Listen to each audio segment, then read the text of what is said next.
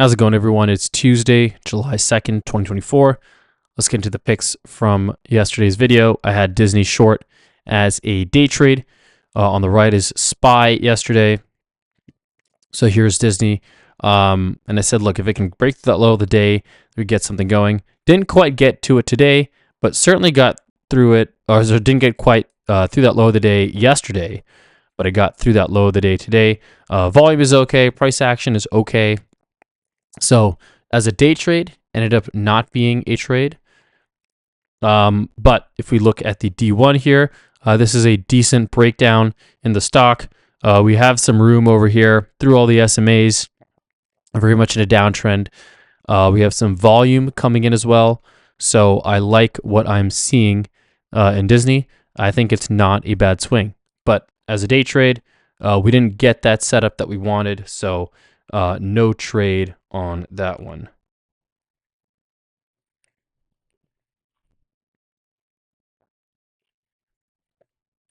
Okay, let's take this guy out. AEO, we are still in this swing right here. So yesterday on the stock, we had a gap up and a nice bearish reversal day. Volume was okay, not a ton of volume.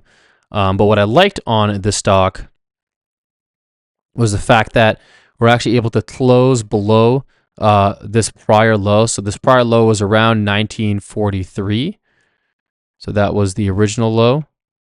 And today we kind of had a little gap up over here, and now we're just below this level. We're holding this level pretty well. And what I really like about the stock, so actually yesterday I took partial profits right at 1943, and I'm still have half the position on, which is in profit, still riding it out. So far price action is okay. It's weak, but it's not super weak. We're seeing if it can confirm below or not. One of the key tells that I saw is if we look at the volume coming in intraday charts, we break through here, a little bit of volume, and when we get this retest, there's a ton of volume over here, and sellers are smacking it down. Come back up for the retest, a ton of volume over here. See these high volume little inverted hammers? It sets us for us to move down. So it does look like this resistance is holding for the time being, and I feel confident in sticking with this position on sort of a dead market day. But I do want to see us break through the low of the day today if we can. I want to see sellers start to overwhelm. That would indicate that there's still some legroom on the trade. If we pitter-patter around and we kind of flatline for the rest of the day, then I'm going to take my profits on the stock. So that's what I'm watching for in AEO, but our patience has been paying off on this stock. U is in a similar-ish situation. We still got a quarter of the position on. Yesterday broke through this low, and if we look at the M30 chart, we'll just see where this came in, and this lines up just a few days ago. So around June 25th, right, there is some support here where buyers are defending the level. We broke through the support yesterday, and then today we're trying to confirm back above it. So we're just kind of testing this level here. There's some fighting going on at this level. So I'm kind of seeing what happens on this stock at this juncture as well. So I have alerts set on either side, but if we, seeing how we confirm above or below it, I'll decide how I want to have my best course of action. If we manage to get a new low, then I'm going to stick with the trade. If we kind of close above the high here, don't really get anything going, then I might get out of the trade and take my remaining profits. So that is what I see in Unity. Let's take a look at the market now on a longer term basis. Clear those orders here. All right, so theme, and nothing has been really changing in the last week, is like we're still in this very, very choppy low volume range. You can see how low volume some of these days are in the market.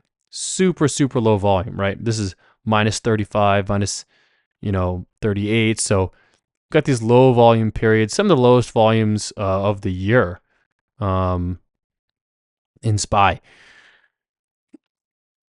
And we want to be careful. And what I'm really looking at is something like this, right, where we have this big move, and see how we have these low volume couple of days over here. It's a little bit more of a bigger gap, and then we get this red bearish engulfing candle, couple of low volume days over here, and then gap up, bearish engulfing candle. So that is sort of what I'm looking at here. We already got the first warning sign, a tiny bearish engulf on some heavy volume. Then we got a second test of that all-time high, smack down again on heavy volume. So I think this is getting a little bit at least neutral in the shorter term, potentially even mildly bearish. I wouldn't get super aggressive with any sort of short-term swings here. We do have some news coming up this week, but I think again, stocks in a strong trend are going to have some more resistance to any sort of catalyst, and we have more confidence in sticking with them. So my long-term market bias, again, still bullish, mildly bullish on a longer-term basis, fundamentally and technically.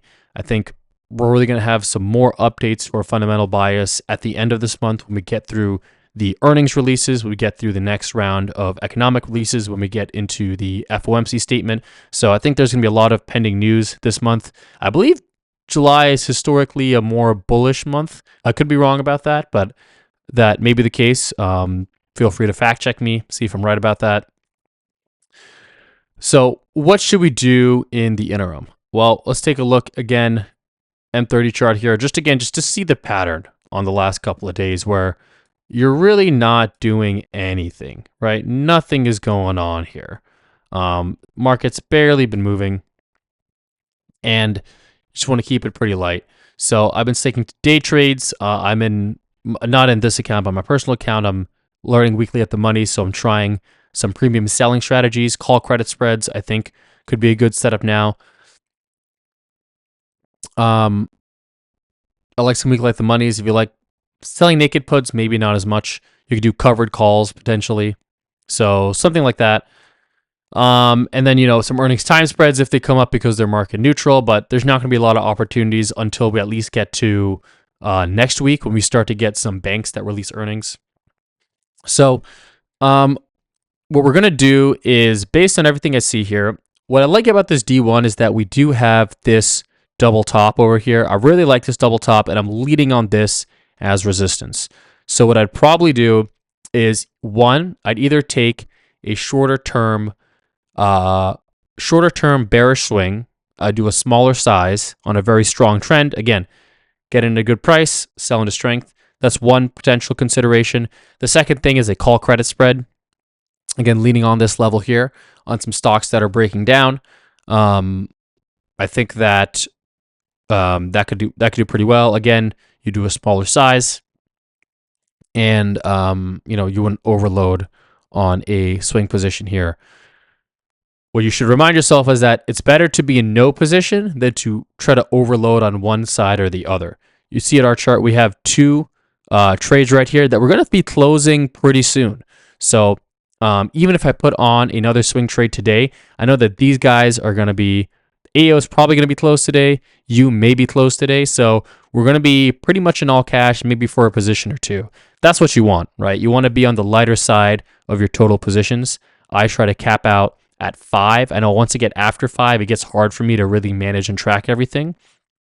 So that's why I'm at 2, and I'm probably going to be in 1 pretty soon. So I'm going to take a look at some call credit spreads. This is a call credit spread search that I made. I'm just going to show you the criteria here. So just some basic stock profile stuff. I want options. I want high IV. That's the main thing, good option liquidity. And I want a stock that's below its AVWAP-E, below its SMA, and doesn't have any earnings within, no earnings within the next month, right? So that way, I don't have to worry about taking a trade and have it as a high IV only to find out that it's in earnings. So XP is a pretty nice stock. You can see how it's a pretty wide bearish channel. And these are the type of stocks that I like to take credit spreads on, because there's plenty of room to the downside, and then there is a established trend. So here's the established trend here. I like what I see. So we can lean on this trend line, and we can lean on the AVWAP-E. So let's see if we can get something at 1850 potentially. That would be a pretty nice call credit spread. We might be a little bit too far out of the money. We have earnings at 812. So let's see if we can do the July 26th first. Sell. Yo, yeah, that is. Oops, sorry, gotta sell this. Yeah, there's gonna be no liquidity in this one. That's gonna be a little bit too tough. FL, pretty nice stock. I could probably maybe sell the $25 calls, which is not too far out of the way ATR wise. You have the 50 SMA, you have the 200 SMA, and they're also sloping down. Same thing with a VWAP-Q, also sloping down. And I have my short strike maybe somewhere at 27. So if it breaks above that short strike, then I can actually ride the put up higher. So what I'm going to do is maybe go to July 26th, look at the. All right. That's doable. $27 calls. That's a little bit tougher. Whoops. Got to do here. Okay. So 25, 26, a little bit low. Little bit low. You may have to wait for a pullback, but that's not too bad for a call credit spread. AEO actually works out pretty well for a call credit spread. And what I'm actually going to do here is I'm actually going to sort by the stocks that are at the top of the range because this is a swing trade. So I want to see a stock that we want two levels of support. So I want to see a stock that is ideally close to that first level and starting to reject off that first level. AAP has made a pretty big move already. BEKE, Etsy. Yeah, nothing too crazy. See, these are by support, which I don't like. I want that trend down. Yeah, you could also work. And it's also a sign when I see the stocks that I'm in a strong bearish position that are now maybe waiting out a little bit and they're getting ready to be a call credit spread, maybe more mildly bearish. That's a sign that the trend strength is weakening. VRT has to get through that 200 SMA. Don't like that. CELH, not terrible. There's a lot of horizontal support here. There's also the 200-day SMA. Could maybe do the $65 calls. I already took Affirm and I'm out of Affirm. Not going to be trading Affirm. So what I'm going to do is I'm going to pause the video and I'm going to see if I can find any nice opportunities. But hopefully this process at least give you some sense of what I was looking for. All right, guys, I am back. I have found a nice call credit spread. So what I'm going to recommend here is the July 19th 170, 175 call spread on AMD.